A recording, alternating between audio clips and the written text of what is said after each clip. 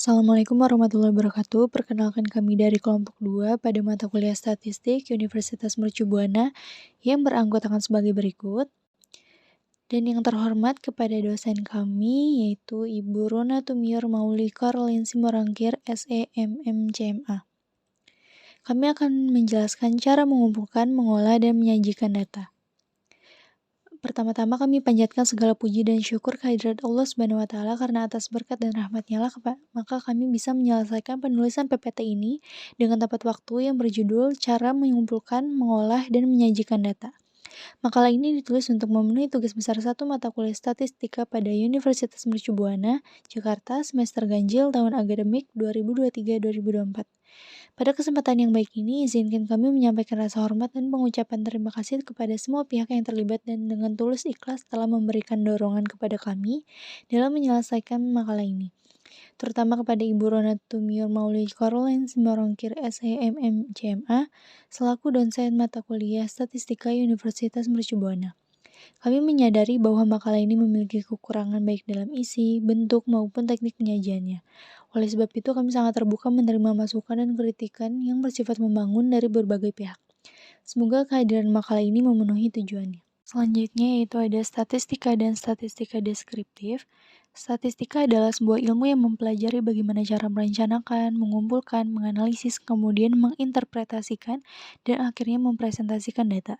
Statistik deskriptif atau statistik deduktif merupakan suatu metode bagaimana cara mengumpulkan angka-angka, menampilkan angka-angka, menggambarkannya, mengolah, dan menganalisis angka-angka tersebut, serta menginterpretasikannya dengan memberi penafsiran-penafsiran atau dengan perkataan lain.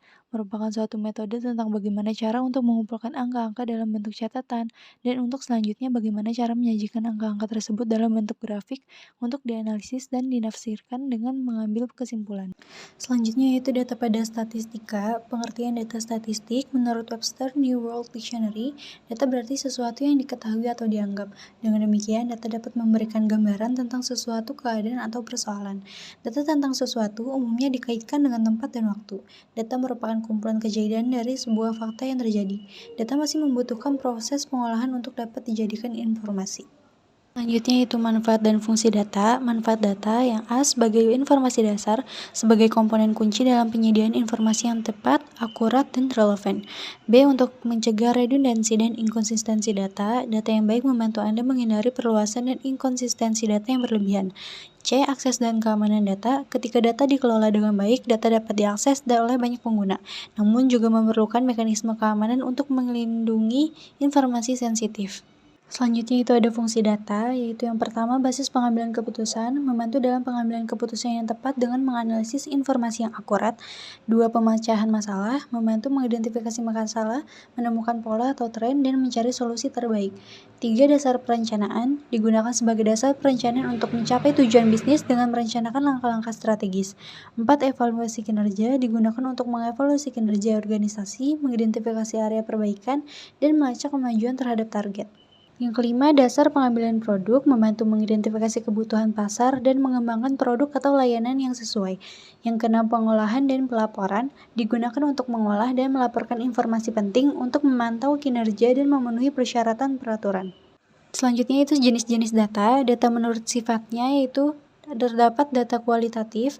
Data kualitatif adalah data dalam bentuk kumpulan angka atau catatan tentang suatu objek tertentu yang dapat diukur dengan suatu ukuran tertentu atau mempunyai satuan nilai tertentu. Contohnya produksi beras dalam ton, jumlah penduduk dalam satuan jiwa, harga barang dalam ukuran mata uang, dan sebagainya. Yang selanjutnya itu data kualitatif. Data kualitatif adalah data tidak berbentuk angka, tidak dapat diukur dan tidak dapat dihitung, dan data kualitatif merupakan data dalam bentuk berbagai macam keterangan dan informasi yang tidak dapat diukur dengan satuan nilai apapun juga. Selanjutnya data menurut sumbernya, yaitu terdapat data internal. Data internal adalah data yang bersumber dari keadaan atau kegiatan suatu organisasi atau kelompok. Contohnya, suatu perusahaan mencari data mengenai daya beli konsumen kepada kantor pusat statistik setempat. Selanjutnya data eksternal. Data eksternal adalah data yang bersumber dari luar kegiatan atau luar suatu organisasi atau kelompok. Contohnya, suatu perusahaan mencari data mengenai daya beli konsumen kepada kantor pusat statistik setempat. Lalu data menurut cara memperolehnya, terdapat data primer. Data primer adalah data yang dikumpulkan langsung dari subjeknya tanpa melalui perantara pihak lain.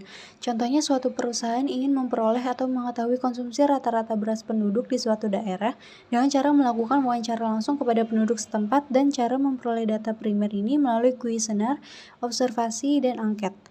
Lalu data sekunder adalah data yang diperoleh dalam bentuk jadi dan telah diolah oleh pihak lain yang biasanya dalam bentuk publikasi. Jadi data sekunder diperoleh tidak langsung dari subjeknya tetapi melalui perantara pihak lain. Contohnya data mengenai konsumsi masyarakat yang diperoleh dari BPS, bukan dari masyarakat itu sendiri. Lalu data menurut waktu pengumpulannya, data tabulasi silang atau cross-section data. Data tabulasi silang adalah data yang dikumpulkan dalam suatu periode tertentu, biasanya menggambarkan keadaan atau kegiatan dalam periode tersebut. Contohnya, hasil sensus penduduk tahun 2010 menggambarkan keadaan Indonesia pada tahun 2010 menurut umur, jenis kelamin, agama, tingkat pendidikan, dan sebagainya. Lalu data berkala atau data runtun waktu atau time series data. Data berkala adalah data yang dikumpulkan dari waktu ke waktu. Tujuannya adalah untuk menggambarkan perkembangan suatu kegiatan dari waktu ke waktu. Contohnya perkembangan produksi padi selama 5 tahun terakhir, perkembangan sembako selama 10 bulan terakhir, perkembangan penjualan produk suatu perusahaan selama 5 tahun terakhir, dan sebagainya. Selanjutnya, pengumpulan data. Apabila seseorang akan mengumpulkan data, terlebih dahulu ia harus mengetahui untuk apa data itu dikumpulkan. Apakah data itu hanya sekedar untuk mendapatkan gambaran mengenai suatu keadaan atau permasalahan, atau untuk memecahkan suatu permasalahan. Tujuan pengumpulan data selain untuk mengetahui jumlah atau banyaknya elemen, juga mengetahui karakteristik dari elemen-elemen tersebut. Karakteristik adalah sifat-sifat, ciri-ciri, atau hal-hal yang dimiliki oleh elemen, yaitu semua keterangan mengenai elemen. Selanjutnya, jenis teknik pengumpulan data. Pertama, kuesioner atau angket. Pengambilan data menggunakan angket biasanya dilakukan dengan cara menggunakan kuesioner sebagai alat pengumpulan data. Yang kedua, interview. Mengumpulkan data melalui interview biasanya membutuhkan waktu yang cukup lama, sebab peneliti harus memerhatikan sikap, respon, dan keseluruhan penampilan narasumber saat sesi tanya-jawab berlangsung. Yang ketiga, metode observasi. Melalui metode ini, peneliti dituntut untuk cermat dan teliti terhadap setiap gerakan, proses, atau kejadian. Observasi atau mengamati adalah aktivitas yang tidak mudah. Peneliti harus memposisikan dirinya seobjektif mungkin dan tidak terpengaruh situasi lapangan. Yang keempat, dokumentasi. Sesuai dengan namanya, metode dokumentasi adalah teknik pengumpulan data yang memanfaatkan berbagai hal atau variabel, seperti surat kabar, majalah, prasasti, catatan, transkrip, surat, agenda, dan lain-lain. Yang kelima, studi literatur. Teknik ini disebut juga sebagai studi pustaka, yakni penelusuran data melalui kepustakaan yang memuat teori-teori karya ilmiah soft copy dan hard copy. Contoh sumber studi literatur adalah buku, tugas perkuliahan, makalah, dan jurnal online. Sumber data statistik. Selain metode pengumpulan data yang telah disebutkan, jika kita berbicara tentang isu ekonomi dan bisnis di Indonesia, terdapat beberapa pusat informasi statistik yang dapat memberikan bantuan atau dapat diakses secara umum. Yang pertama, Badan Pusat Statistik atau BPS. Secara rutin, BPS merilis data bulanan dan tahunan. Yang kedua, Bank Indonesia atau BI secara berkala mengeluarkan laporan perkembangan ekonomi keuangan dan kerjasama internasional setiap bulan, triwulan, dan tahunan. Yang ketiga, informasi dari situs resmi perusahaan itu sendiri. Lalu, materi selanjutnya adalah pengolahan data. Pengertian pengolahan data. Pengolahan data merupakan suatu proses untuk memperoleh data atau angka ringkasan berdasarkan kelompok data mentah. Data atau angka ringkasan dapat berupa jumlah atau total, proporsi presentasi, rata-rata, dan sebagainya. Tujuan dari pengolahan data adalah mendapatkan data statistik yang dapat digunakan untuk melihat atau menjawab persoalan secara agregat atau kelompok, bukan satu persatu secara individu. Selanjutnya, langkah-langkah pengolahan data. Bagaimana sih langkah-langkah untuk mengolah data dengan baik dan benar? Yang poin pertama itu kita harus mengintegrasi data. Integrasi data adalah aktivitas yang bertujuan menggabungkan data yang berasal dari dua atau lebih sumber data. Data yang telah diintegrasikan lalu dicatat dalam suatu daftar penerimaan data oleh unit kerja yang melaksanakan penerimaan data. Kegiatan penerimaan data meliputi 1. Menerima data dari petugas lapangan atau pengumpul data. 2. Memeriksa kelengkapan jumlah data. Dan 3. Membuat laporan perkembangan penerimaan data.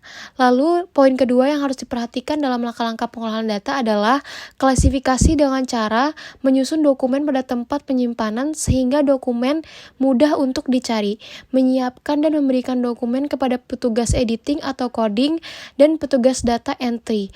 Yang terakhir, menerima dan menyimpan kembali dokumen dari petugas editing atau coding dan petugas data entry. Untuk materi selanjutnya adalah skala pengukuran. Definisi skala pengukuran. Skala pengukuran adalah penentuan atau penetapan skala atas suatu variabel berdasarkan jenis data yang melekat dalam variabel penelitian. Dengan menentukan skala pengukuran, maka nilai variabel yang diukur dengan instrumen tertentu dalam bentuk angka akan lebih akurat, efisien, dan komunikatif. Macam-macam skala pengukuran. Yang pertama, skala nominal. Skala nominal adalah tingkatan paling sederhana pada tingkatan pengukuran. Skala ini dipakai untuk menggolongkan objek-objek atau peristiwa ke dalam kelompok yang terpisah berdasarkan kesamaan atau perbedaan ciri-ciri tertentu dari objek yang diamati. Berikut ciri-ciri data berskala nominal, antara lain: A. Hanya bersifat membedakan, tidak mengurutkan mana kategori yang lebih tinggi, mana kategori yang lebih rendah. B. Memiliki kategori yang bersifat homogen, mutually exclusive and exhaustive. Yang kedua, skala ordinal. Skala ordinal merupakan data dengan memperhatikan adanya urutan. Contoh skala ordinal yaitu tingkat kesukaan akan suatu produk makanan dengan skala 1 sampai dengan skala 4. 1 sama dengan sangat tidak suka, 2 sama dengan tidak suka, 3 sama dengan suka, 4 sama dengan sangat suka. Yang ketiga, skala interval. Tingkatan skala ini berada antara skala ordinal dan nominal. Karakteristik yang ada dalam skala ordinal masuk dalam skala interval. Yang membedakannya, skala interval memiliki satuan skala atau satuan pengukuran yang standar dan jarak antar kategori dapat diketahui. Skala interval tidak memiliki titik nol yang sesungguhnya sehingga tidak berlaku operasi perbandingan, akan tetapi berlaku operasi penjumlahan serta pengurangan. Contoh variabel berskala interval adalah A. IPK 0,00 sampai 1,99 dalam kategori 1, 2,00 sampai 2,99 pada kategori 2, 3,00 sampai 4,00 pada kategori 3. Yang B. Penghasilan lebih kurang 500.000 pada kategori 1, 500.000 sampai 1,5 juta pada kategori 2, lalu lebih besar dari 1,5 juta pada kategori 3. Yang keempat, skala rasio. Secara mendasar, skala rasio sama dengan skala interval. Yang membedakannya hanyalah skala rasio mempunyai titik nol yang sesungguhnya. Dengan demikian, skala rasio atau pembandingan antara kategori bisa diketahui dengan jelas dan dapat dilakukan semua operasi matematika. Contohnya adalah usia Andi 18 tahun, sedangkan usia Resa 9 tahun, maka dapat dinyatakan bahwa usia Andi adalah 2 kali Indah. Kedua, orang yang beratnya 100 kg 2 kali lebih berat dari orang yang beratnya 50 kg. Materi selanjutnya, distribusi frekuensi. Pengertian distribusi frekuensi. Distribusi frekuensi sendiri adalah penyusunan data dalam bentuk kelompok mulai dari yang terkecil sampai yang terbesar, berdasarkan kelas-kelas interval dan kategori tertentu. Menurut teori Hasibuan dan kawan-kawan tahun 2009, manfaat penyajian data dalam bentuk distribusi frekuensi adalah untuk menyederhanakan penyajian data sehingga menjadi lebih mudah untuk dibaca dan dipahami sebagai bahan informasi. Beberapa bagian yang harus diperhatikan dalam distribusi frekuensi antara lain: 1. Kelas interval atau jumlah kelas interval merupakan kelompok-kelompok nilai atau variabel. Jumlah kelas menunjukkan jumlah kelompok nilai atau variabel dari data yang diobservasi. Di bawah ini terdapat data table di bagian 1 dan 2. Yang bagian 1 nilai UAS statistik, lalu bagian kedua frekuensi. Nilai UAS statistik 50-55 itu terdapat 3 orang. Nilai statistik dengan nilai 56-61 itu terdapat 7 orang. Lalu dengan nilai 62-67 terdapat 2 orang. Nilai 68-73 terdapat 8 orang. Nilai 74-79 terdapat 4 orang. Lalu nilai 80-85 terdapat 6 orang. Jumlah keseluruhan dari frekuensi adalah 30 orang, lalu jumlah kelasnya terdapat 6 kelas. Jumlah kelas intervalnya terdapat 6 kelas interval. Dalam menentukan jumlah kelas interval, terdapat 3 pedoman sebagai berikut. A. Ditentukan berdasarkan pengalaman. Pada umumnya, jumlah kelas interval yang dipergunakan dalam penyusunan tabel distribusi frekuensi berkisar antara 6-15 kelas. Makin banyak data, maka makin banyak pula jumlah intervalnya, tetapi jumlah yang paling banyak atau maksimal adalah 15 kelas interval dalam satu tabel distribusi frekuensi. B. Ditentukan dengan membaca grafik jumlah interval kelas dengan menggunakan grafik yang menunjukkan hubungan antara banyaknya data dengan jumlah kelas interval yang diperlukan. Maka penentuan jumlah kelas interval akan lebih cepat, di mana dalam grafik tersebut garis vertikal menunjukkan jumlah kelas interval dan garis horizontal menunjukkan jumlah data observasi. Misalnya, bila jumlah data di observasi ada 200, maka berdasarkan tabel, jumlah kelas intervalnya sekitar 12. C. Ditentukan dengan rumus Sturges jumlah interval kelas. Juga dapat dihitung dengan menggunakan rumus Sturges sebagai berikut. K sama dengan 1 tambah 3,3 log, N, di mana K jumlah kelas interval, N sama dengan jumlah data observasi, log sama dengan logaritma. Misalnya, sebuah soal menunjukkan jumlah data ada 150, maka jumlah kelas intervalnya adalah K sama dengan 1 tambah 3,3 log N-nya diubah menjadi jumlah data tersebut, yaitu 150. Lalu selanjutnya, K sama dengan 1 tambah 3,3, 2,17. K sama dengan 1 tambah 7,161. K sama dengan 8,161. Dibulatkan menjadi 8 atau 9. 2. Batas kelas atau class limits merupakan nilai-nilai yang membatasi antara kelas yang satu dengan kelas berikutnya. Terdiri atas 2 macam, yaitu A. Batas kelas bawah atau lower class limits, yaitu nilai atau angka yang terdapat pada bagian sebelah kiri dari setiap kelas. B. Batas kelas atas upper class limits, yaitu nilai atau angka yang berada pada bagian sebelah kanan dari setiap kelas. Seperti pada tabel distribusi frekuensi sebelumnya, yaitu nilai UAS statistik. Terdapat 2 nilai UAS statistik, diantaranya 50-55. 50 yang bergaris merah itu adalah batas kelas bawah atau yang biasa kita sebut dengan lower class limits, lalu yang bergaris biru adalah batas kelas atas atau upper class limits. 3. Rentang data atau range, yaitu selisih antara data tertinggi dengan data terendah. Data terbesar dikurangi data terkecil. Pada contoh tabel di atas, maka rentang datanya 85, nilai UAS tertinggi 85 dikurang nilai UAS terendah yaitu 50. Hasilnya adalah 35. Yang keempat, panjang interval kelas atau interval size adalah panjang kelas jarak antara tepi kelas atas dengan tepi kelas bawah. Dapat dihitung dengan cara rentang data dibagi jumlah kelas. Pada contoh tabel di atas, maka panjang interval kelasnya adalah 35 dibagi 6 sama dengan 5,8 dibulatkan menjadi sama dengan 6.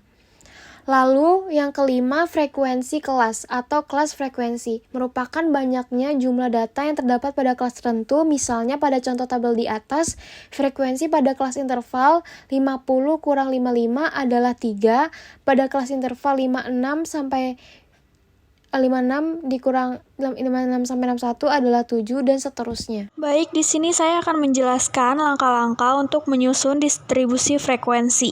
Pertama yaitu mengukur data dari yang terkecil hingga terbesar. Langkah ini dilakukan untuk mempermudah perhitungan banyak data.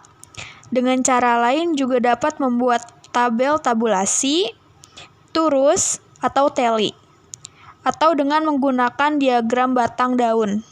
Yang kedua yaitu menentukan jangkauan atau range dari data. Caranya ialah jangkauan atau J sama dengan data terbesar dikurangi data terkecil. Yang ketiga yaitu menentukan banyaknya kelas.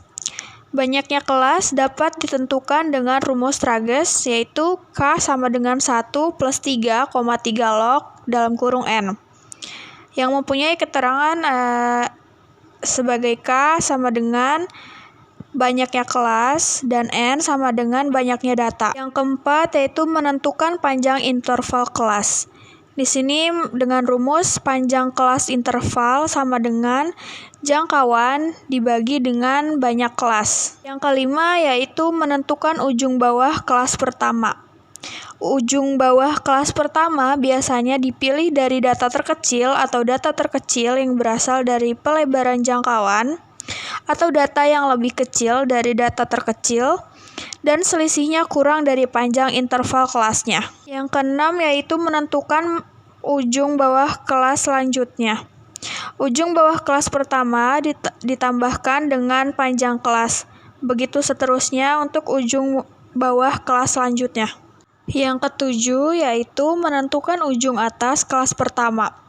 Ujung bawah kelas kedua yang diperoleh dikurangi 1, begitu seterusnya untuk menghitung ujung atas kelas selanjutnya. Yang kedelapan yaitu menentukan batas atas dari suatu kelas. Batas atas dari suatu kelas sama dengan ujung atas kelas plus setengah satuan terkecil. Yang kesembilan yaitu menentukan batas bawah dari suatu kelas. Batas bawah dari suatu kelas sama dengan ujung bawah kelas plus setengah satuan terkecil.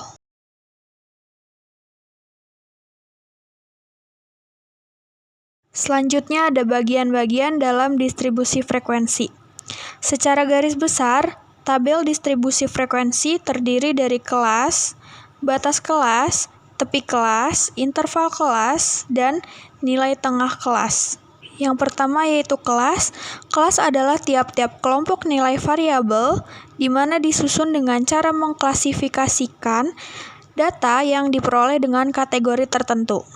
Lalu yang kedua ada batas kelas atau class limits. Batas kelas adalah nilai-nilai atau data yang membatasi kelas yang satu dengan kelas yang lainnya. Dalam batas kelas terdapat 2 batas kelas, yaitu batas kelas bawah atau lower class limit dan batas kelas atas atau upper class limit. Yang ketiga ada tepi kelas atau class boundary. Tepi kelas ini disebut juga batas nyata kelas, merupakan batas kelas yang tidak memiliki lubang untuk angka tertentu antara kelas yang satu dengan kelas yang lain. Terdapat 2 tepi kelas, yaitu tepi atas kelas atau batas kelas atas sebenarnya dan tepi bawah kelas atau batas kelas bawah sebenarnya. Lalu yang keempat ada nilai tengah kelas atau class midpoint. Nilai tengah kelas biasanya juga disebut dengan tanda kelas atau class mark, adalah rata-rata antara batas bawah dengan batas atas suatu kelas.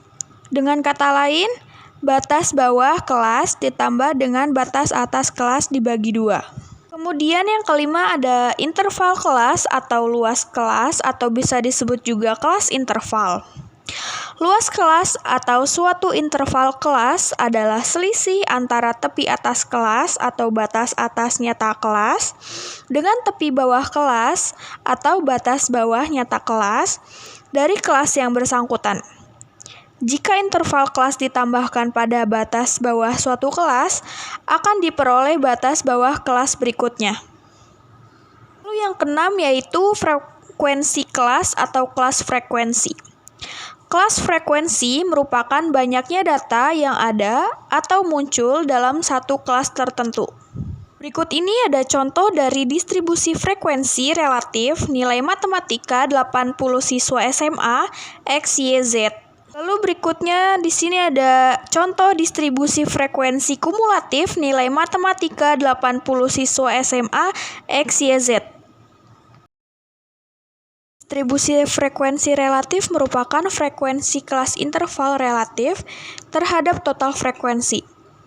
Formula untuk distribusi frekuensi relatif diberikan oleh jumlah semua frekuensi kelas interval dan frekuensi relatif.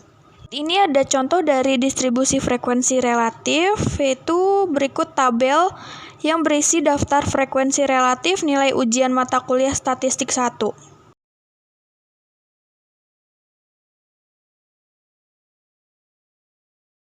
Distribusi frekuensi kumulatif. Untuk suatu kelas adalah jumlah frekuensi pada kelas tersebut dan semua frekuensi yang terdapat pada kelas sebelumnya. Biasanya digunakan batas atas kelas untuk membuat distribusi frekuensi kumulatif. Ada dua jenis frekuensi kumulatif, yaitu yang pertama, frekuensi kumulatif kurang dari atau bisa disebut dengan less than, adalah frekuensi yang dapat menunjukkan jumlah frekuensi yang kurang dari nilai tertentu, ditentukan dengan cara menjumlahkan frekuensi pada kelas-kelas sebelumnya. Di sini terdapat tabel frekuensi kumulatif penghasilan per hari pedagang sayur di wilayah Jakarta Selatan tahun 2012. Ini adalah penjelasannya, yaitu dari tabel berikut dapat dengan cepat diketahui, misalnya jumlah pedagang sayur yang penghasilannya kurang dari 60.000 per hari, ada 14 orang atau sebesar 28%. Di lain pihak, jumlah usaha pedagang sayur yang penghasilannya kurang dari Rp80.000 adalah sebanyak 40 orang. Bila penggolongan datanya menggunakan tepi kelas, maka distribusi kumulatif kurang dari akan berbentuk sebagai berikut. Di sini ada tabel frekuensi kumulatif penghasilan per hari pedagang sayur di wilayah Jakarta Selatan tahun 2012. Yang kedua ada frekuensi kumulatif lebih dari atau bisa disebut dengan more than, adalah frekuensi yang dapat menunjukkan jumlah frekuensi yang lebih dari nilai tertentu. Frekuensi kumulatif lebih dari dapat ditentukan dari menjumlahkan frekuensi pada kelas-kelas sesudahnya sampai kelas itu sendiri. Dalam frekuensi kumulatif lebih dari ini yang dipergunakan sebagai batas bawahnya adalah batas bawah kelas atau tepi bawah kelas dari masing-masing kelas. Berikut ini adalah tabel frekuensi kumulatif penghasilan per hari pedagang sayur di wilayah Jakarta Selatan tahun 2012. Berikut ini ada penjelasannya, yaitu untuk menyusun tabel frekuensi kumulatif dari segugus data, maka penggolongan datanya dapat digunakan nilai tengah dan dapat juga digunakan tepi kelas. Bila penggolongan datanya menggunakan tepi kelas, maka distribusi kumulatif lebih dari akan berbentuk sebagai berikut. Di sini ada tabel frekuensi kumulatif penghasilan per hari pedagang sayur di wilayah Jakarta Selatan tahun 2012. Penyajian data. Penyajian data adalah bentuk pengemasan suatu data secara visual sedemikian hingga data lebih mudah dipahami. Tanpa ada penyajian yang tepat, seorang peneliti akan kesulitan untuk menganalisis hasil akhir penelitian. Penyajian data bisa dilakukan dalam bentuk tabel, diagram, maupun grafik. Pemilihan bentuk penyajian ini disesuaikan dengan jenis datanya, misalnya diagram atau grafik sesuai untuk data kuantitatif. Penyajian data dalam bentuk grafik. Penyajian data dalam bentuk grafik umumnya lebih menarik perhatian dan penyajian data statistik secara grafis mempunyai berbagai fungsi. Grafik atau diagram seringkali digunakan dalam iklan dengan maksud agar konsumen memperoleh kesan yang mendalam terhadap ciri-ciri produk yang diiklankan. Oleh karena itu, analisis dan interpretasi. Ini ada macam-macam penyajian data dalam bentuk grafik. Yang pertama ada diagram garis. Diagram garis sering disebut juga peta garis atau line chart atau kurva, merupakan bentuk penyajian yang paling banyak dipakai dalam berbagai laporan perusahaan maupun penelitian ilmiah. Data statistik dapat diklasifikasi atas ciri-ciri kronologis, geografis, kuantitatif, maupun kualitatif. Salah satu bentuk data yang dapat diklasifikasi secara kronologis adalah data deret berkala atau time series. Sebagian besar distribusi data dapat diklasifikasikan secara kuantitatif dalam bentuk distribusi frekuensi. Hasil kedua cara klasifikasi tersebut dapat digambarkan secara visual dalam bentuk kurva. Sedangkan data yang diklasifikasikan berdasarkan geografis maupun kualitatif jarang digambarkan dalam dasar-dasar statistik penelitian 15 bentuk kurva. Data demikian dapat digambarkan dengan peta balok atau bar chart atau bentuk peta lainnya. Ini adalah contoh dari diagram garis. Ini ada diagram batang atau bar chart. Diagram ini digunakan untuk memahami persoalan secara visual. Dalam diagram batang, Lebar kelas diambil dari selang kelas distribusi frekuensi, dengan frekuensi masing-masing kelas ditunjukkan oleh tinggi batang. Berikut ini ada contoh dari diagram batang. Diagram batang digunakan batas kelas dan bukan limit kelasnya. Ini untuk menghasilkan jeda antar batang sehingga antar batang memberikan kesan padat. Selanjutnya adalah diagram lingkar atau pie chart. Diagram lingkaran biasanya digunakan untuk menyatakan perbandingan jika data terdiri atas beberapa kelompok atau kategori. Misalnya persentase penduduk di wilayah daerah istimewa Yogyakarta. Di sini adalah contoh dari diagram lingkar, yaitu jumlah penduduk daerah istimewa Yogyakarta pada tahun 2006 dan Dinas Kependudukan Daerah Istimewa Yogyakarta pada 2007. Berikut ini adalah studi kasus untuk materi yang sudah kita bahas. Analisis quick count penyajian data pemilu kada DKI Jakarta putaran 1. Pemilihan kepala daerah atau pilkada provinsi daerah khusus Ibu Kota Jakarta atau DKI Jakarta telah dilaksanakan pada Rabu 11 Juli 2012. Pilkada ini untuk memperebutkan kursi gubernur dan wakil gubernur DKI periode tahun 2012 sampai 2017. Sebanyak 6 pasangan calon yang ikut dalam pilkada yaitu Fauzi Bowo dengan Nahrawi Ramli dengan nomor urut 1, Hendarji Supanji dengan Ahmad Riza Patria dengan nomor urut 2, Joko Widodo dengan Basuki Cahayapurnama dengan nomor urut 3, Hidayat Nur Wahid dengan Didik Jerahbini dengan nomor urut 4, Faisal Basri dengan Bim Benjamin dengan nomor urut 5, dan Alex Nurdin dengan Nono Sampono dengan nomor urut 6. Hasil akhir perhitungan suara oleh Komisi Pemilihan Umum Daerah atau KPUD Provinsi DKI akan diumumkan pada Jumat 20 Juli 2012. Hasil sementara lewat quick count atau perhitungan cepat telah dilakukan oleh beberapa lembaga survei. Sebelum pilkada berlangsung, telah banyak lembaga survei melakukan survei tentang siapa yang nanti akan menang dalam pilkada tersebut.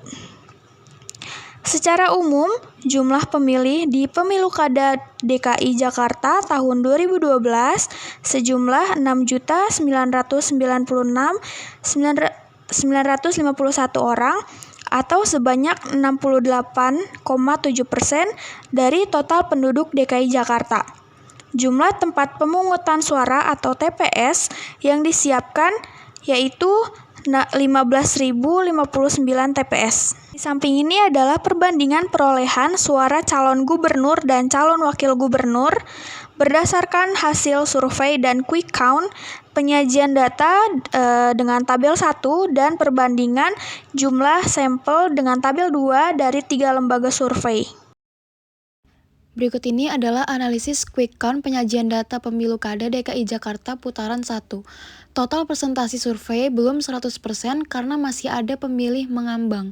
Jumlah pemilih mengambang dari hasil survei Lingkaran Survei Indonesia ada sebanyak 29,7%, Indo Barometer 21,1%, dan Jaringan Suara Indonesia 21%.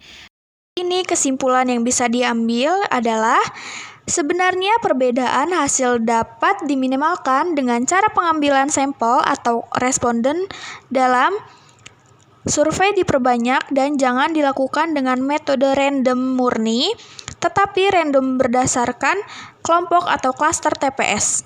Seandainya TPS belum ditetapkan, maka pengelompokan dapat menggunakan misalnya rukun warga atau RW. Jadi, setiap RW diambil sampel atau responden sejumlah tertentu secara random. Dengan demikian diharapkan hasilnya nanti tidak terlalu berbeda dengan metode quick count. Mudah-mudahan metode ini dapat diterapkan dalam putaran kedua Pilkada DKI Jakarta sehingga tidak terjadi anomali hasil antara survei dengan quick count seperti yang terjadi pada putaran pertama. Baik, mungkin cukup sekian yang dapat kami sampaikan. Kami berharap hasil presentasi yang kami berikan bisa bermanfaat untuk banyak orang. Dan apabila merasa ada kekurangan dan kesalahan, kami memohon maaf. Terima kasih. Wassalamualaikum warahmatullahi wabarakatuh.